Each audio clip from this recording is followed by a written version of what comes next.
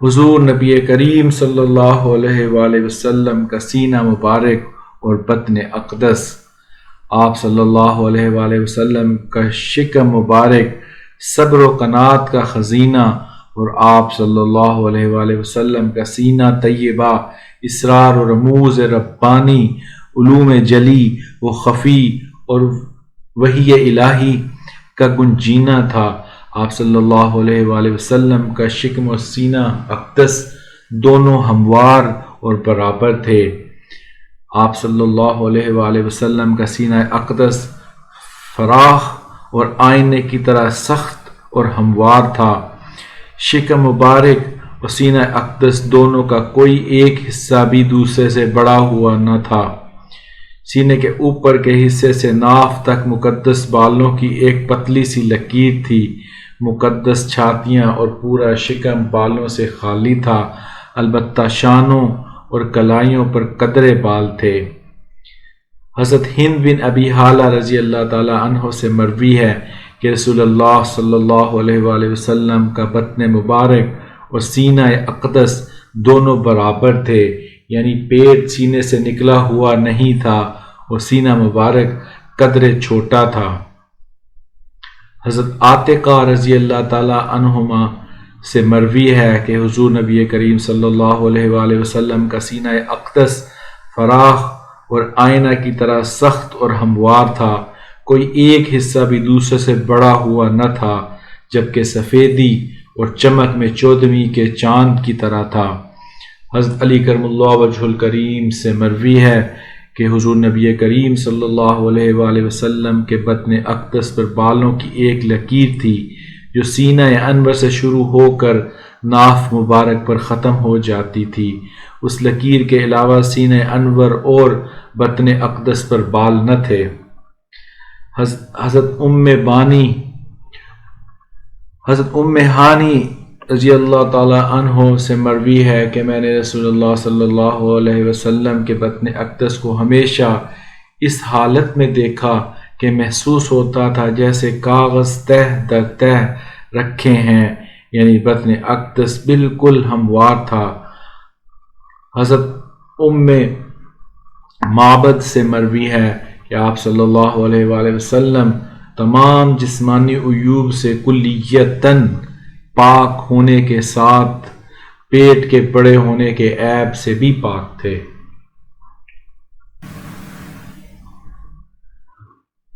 آپ صلی اللہ علیہ وآلہ وسلم کے مبارک گھٹنے اور پنڈلیاں، رسول اللہ صلی اللہ علیہ وآلہ وسلم کے کندھوں، کوہنیوں، گھٹنوں اور کلائیوں کے جوڑ انتہائی مضبوط اور آپ صلی اللہ علیہ وآلہ وسلم کے جسم پاک کی مناسبت سے بڑے اور موزوں حد تک طویل تھے۔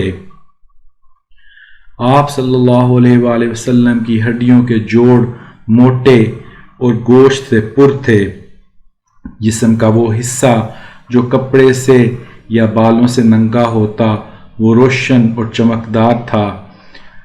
حضور نبی کریم صلی اللہ علیہ وآلہ وسلم کی حسین و جمیل نورانی پنڈلیاں قدرے پتلی تھیں، ہر جوڑ جاذب نظر تھا۔ حضور نبی کریم صلی اللہ علیہ وآلہ وسلم کا پر نور وجود سر تا پا موزونیت کا آئینہ دار تھا۔ آپ صلی اللہ علیہ وآلہ وسلم کے فدائی صحابہ کرام آپ کے اعضاء مبارک میں سے ہر وہ عضو جس کی زیارت کی سعادت سے وہ بہرہ ہوئے، اس کی جزیات تک کا بیان بڑی محبت، لذت اور حلاوت سے کرتے۔ اس موقع پر ان کی سرشارانہ عقیدت دیدنی اور شنیدنی ہوتی، گویا آپ صلی اللہ علیہ وآلہ وسلم کا سراپا ہر وقت ان کی نگاہوں اور چشم تصور میں موجود رہتا۔ حضور نبی کریم صلی اللہ علیہ وآلہ وسلم کے حال، افعال اور شمائل و خصائل کا ذکر ہی ان کے نزدیک سب سے بڑی عبادت تھی۔ اس بابرکت باعث فیوز و خیر ذکر پاک و دنیا و ما فیہا میں موجود ہر شے ہر پر ترجیح دیتے۔ حضرت علی کرم اللہ وجہ الکریم سے مروی ہے کہ رسول اللہ صلی اللہ علیہ وآلہ وسلم نہایت توانا، قوی اور مضبوط جوڑوں کے حامل تھے۔ حضرت علی کرم اللہ وجہ الکریم سے ہی مروی ہے کہ رسول اللہ صلی اللہ علیہ وآلہ وسلم کے جوڑوں کی ہڈیاں خوب نمایاں تھیں۔ حضرت جابر بن سمرہ رضی اللہ تعالیٰ عنہ سے مروی ہے کہ رسول اللہ صلی اللہ علیہ وآلہ وسلم کی پنڈلیاں قدرے پتلی اور حسین ترین تھیں۔ حضور نبی کریم صلی اللہ علیہ وآلہ وسلم کے قدمین مبارک، آپ صلی اللہ علیہ وآلہ وسلم کے مقدس و معظم پاؤں چوڑے، پرگوشت اور ایڑیاں کم گوشت والی اور تلوا اونچا جو فرش زمین پر نہ لگتا تھا۔ پاؤں کی نرمی اور نزاکت کا یہ عالم تھا کہ ان پر پانی ذرا بھی نہیں ٹھہرتا تھا۔